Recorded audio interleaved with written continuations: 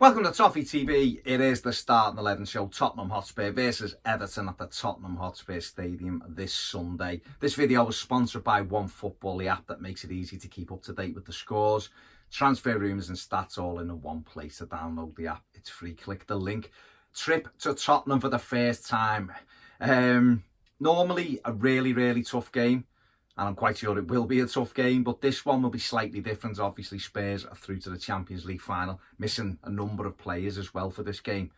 Marco Silva has done his press conference and revealed that Everton are going to be without Richarlison, Dominic Calvert-Lewin and probably Seamus Coleman. So this is how I think Everton will line up on Sunday. So in goal, Jordan Pickford, as per. There's his stats on the screen. As you can see there, 37 games played for Jordan, 14 clean sheets. He's made 89 saves this season, 44 goals conceded, 3 penalty saves. He's had 269 accurate passes, long accurate passes, that is.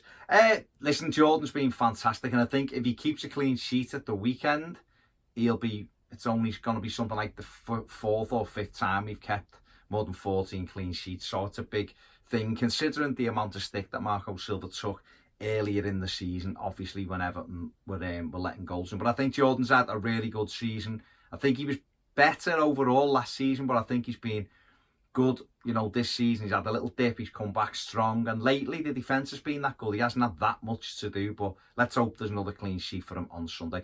Right back, I've gone with John Joe Kenny. There's John Joe's stats up there now. He's played 10 games this season, hasn't scored, fair play. He's had 1 assist, he's averaging 43 passes per game. He's had 17 interceptions and 22 tackles so far this season. John Joe come in and, for a while, or for a few games, kept Seamus Coleman out the side. I think John Joe just needs a little bit more confidence. I think he needs to remember what he's good at and what his big strength was in the 23s, and that was getting forward and putting balls into the penalty area. Likes to tackle as well, but I think for him to develop, he's got to get more involved in an attacking sense for Everton. Left back, Luca D, my player of the season. He's been absolutely brilliant. There's Luca's stats. There you can see 34 games played, 4 goals, 4 assists. He's averaging 40 passes per game. He's made 13 big chances this season, and he's had 58 interceptions. He quite simply has been an astonishing buy, really, because for the reason that a lot of us were thinking Kieran Tierney in the summer, and that's the one we wanted, and when we didn't get him, we were worrying about, who was going to be back up to Leighton Baines, I suppose. Luca Dean came in under the radar almost, and he's been absolutely brilliant and a real masterpiece by Marcel Brands to get him, and let's hope there's a few more of them up Marcel Brands' sleeve this summer. Centre back, Michael Keane. Michael's stats on screen now: 32 games played, 1 goal, 2 assists, 13 clean sheets with Michael in the side, 46 passes per game Michael is averaging. He's put in 41 tackles this season. He's been brilliant this season, Michael Keane. What's that all about? Michael Keane. Last season, obviously, suffered through injury and playing next to Ashley Williams and with no confidence, but this season he's been really good and gets better and better. And alongside him, Kurt Zouma. It could be Kurt's final game in an Everton shirt. He's played 31 times, as you can see, 2 goals, 2 assists, 10 clean sheets, 44 passes per game from Kurt. He's put in 30 tackles. Listen, if it is Kurt Zouma's final game for Everton, let's hope he goes out on a high. He came in on deadline day and he's been excellent, overall for Everton. The boy, obviously Marco Silva saying in his press conference he wants to keep him.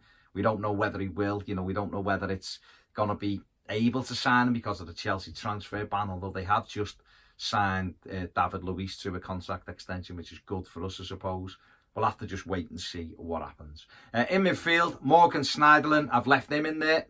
He's played 13 games this season. He's had 1 assist, 34 passes per game. He's had 55 ball recoveries, 13 clearances, 12 interceptions. He has been very good when he's been back in the side, Morgan. Okay, I know that people question him going forward. I do myself. But in terms of sitting in front of that back four and keeping it solid and just keeping us ticking over with pass after pass, I think he's done his job really well. Alongside him, Idrissa Gana Gueye, another fantastic season for him. Certainly since the transfer window shut. Here's Garner's stats: 32 games, 2 assists, averaging 52 passes per game. Ball recoveries, 244 this season, 135 tackles, 68 interceptions. Listen, this may be Garner's last game in an Everton shirt, if you believe the papers and transfer sources, but I just think he's been excellent since that PSG stuff, and he's one we could do with keeping, unless, of course, you know, they've got someone in mind who can do what he does and offer a little bit more. I don't know, but he's been pivotal to the way we play lately, and we'll have to see what happens in the summer. So ahead of Gylfi Sigurdsson, let's have a look at Gylfi's stats on screen. Played 37 games, 13 goals, 5 assists. He's averaging 25 passes per game. He's created 10 big chances this season, and he's had 19 through balls. Gylfi Sigurdsson, very, very important to Everton. He is, at times, the brains of the side. He's not always in the game, and that can be frustrating, but the 13 goals and 5 assists, you know, when he's on it, he is on it. And he's always likely to get you the goal, and he'd love a goal against this old side, I'm sure, on Sunday. Over on the right-hand side, I've gone for Bernard. I know, bear with me. He's got a fantastic relationship down the left-hand side with Luca Dean. There's a reason why I've put him in front of John Joe Kenny, and I'll explain in a minute. But here's Bernard's stats on screen. Bernard, 33 games played this season, 1 goal, 3 assists. Again, that's an area he has to brush up on. 24 passes per game, 48 tackles and 27 interceptions. He works very, very hard, and I think he'll offer John Joe Kenny some real protection in front of him. And because he's clever and he comes inside and holds the ball, it might give Kenny the opportunity to go on the outside. This is why I put Bernard on the right-hand side, because on the left-hand side, I've gone with Ademola Lookman. We had a little cameo of Ademola against Burnley last week. He hit the bar. He could have scored with another one. He had a couple of good runs. But I think in a game like this where we've got injuries, why not play him? Obviously, the most obvious one would be Walcott in on the right and just leave Bernard where he is. But I've gone for something a little bit different. Here's Ademola Lookman's stats for this season. He's been involved in 20 games this season. He's had 2 assists. He averages 13 passes per game. He's had 15 crosses, 14 tackles and 11 shots. It feels like it's now or never, I think, for Ademola Lookman, and he's got to start getting games, and he's got to start putting his stamp on games, and this is the opportunity to do it. It's a big game. Spurs are, haven't got a full strength side, so it's an opportunity for him to get on the ball and show us what he's got. That's why I've put him in the side. And ahead of them, Cenk Tosun. No Dominic Calvert-Lewin, no Richarlison. Cenk deserving a start. Here's Cenk's stats on screen. 24 games he's been involved in. He's scored 2 goals. He's had 3 assists. He averages 10 passes per game. He's had 34 shots this season. He's got a 44% shot accuracy. I would love Cenk Tosun to come good for Everton. I really would. He's a hard worker. He seems to love it here.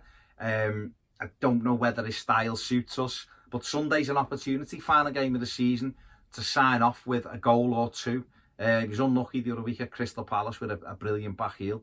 And let's see what he can do. Okay, we haven't got, Richarlison up there with him or whatever, but let's see what he can do. But obviously we're under strength a bit, and it's going to be interesting to see what Marco does. That is the team I've gone for. Obviously the 3 enforced changes.